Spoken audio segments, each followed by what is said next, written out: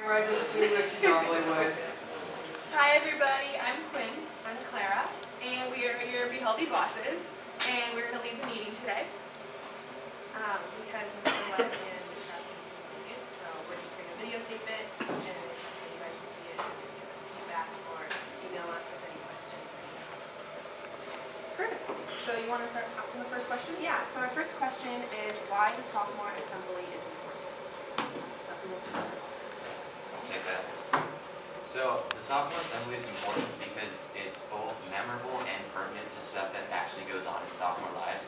I was a sophomore last year, and as a new student, I kind of came to the school, and it was very memorable to see a lot of upperclassmen make fools of themselves, and then so like in that aspect it was very entertaining. But then afterward, you kind of walked away and went, "Huh, wait, they were actually saying something." And then the moments in the sophomore assembly where it was serious, you'd have someone, like a guy, cross-dressing in a wig.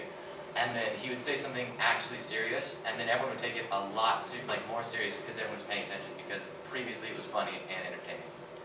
So that's my take on it. And building off the idea of the importance of, upperclassmen making fools of themselves, it is very difficult for upper and lowerclassmen to interact in non-directly peer-to-peer related groups for people who have different interests, and it's very important to address the fact that personality-wise and situation-wise we're all going through the very similar things regardless of what extracurriculars we're doing, whereas mentally we're all in a very similar place.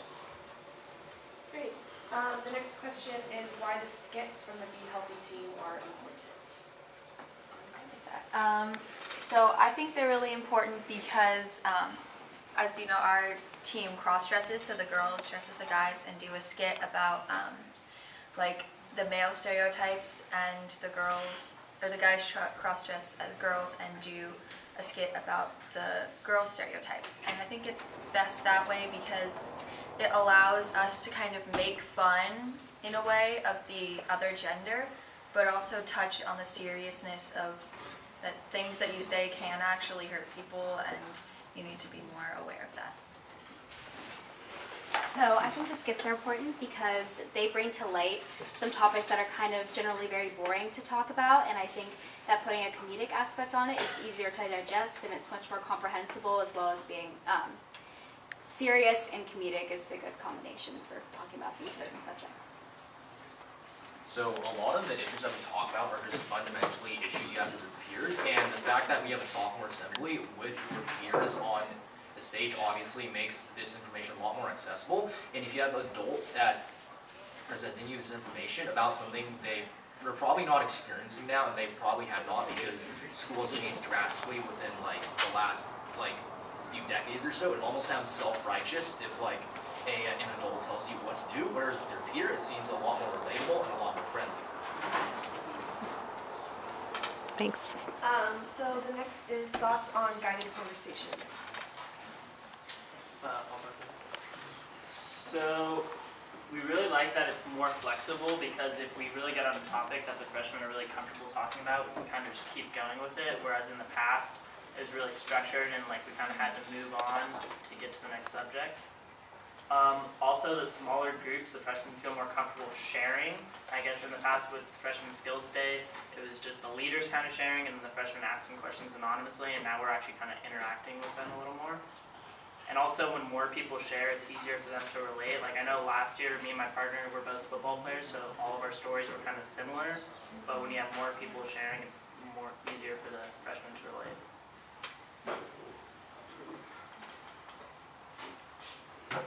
Additionally, on the topic of guided conversations, I think guided conversations are really important for giving a face to the community here at Los Gatos High.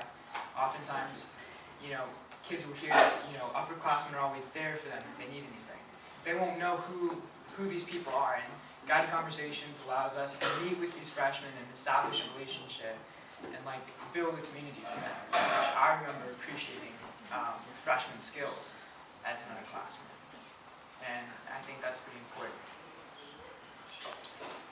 Yeah, I kind of think it's important to have if you're a lower classman, have a mentor, someone to look up to who's an upperclassman, someone who you can trust has had some amount of experiences in one way or another that can pertain to them. And I think it's interesting to kind of see people who come from maybe different walks of life, who have different kind of perspectives on things, to how they can relate to you and how you can take what they've learned and apply it to yourself and have an easier high school experience. So our last one is thoughts on peer-to-peer in general, and Quinn and I will answer this one. Similar to what Franklin was saying, we have experienced high school more recently than adults, so we can understand the problems that freshmen and sophomores face because we were just freshmen and sophomores, and I think that we can connect to them the most than adults in that way, as we can really understand and have empathy for them and know what they are going through. Yeah, along the same lines, the guided conversations mostly allow us to create a tight-knit community with the freshmen and connect with a small group so they feel like they can come to us as opposed to a bigger classroom and there's less connection going on personally. Anybody else have anything to add? That's it. That's it, so let us know if you have any questions.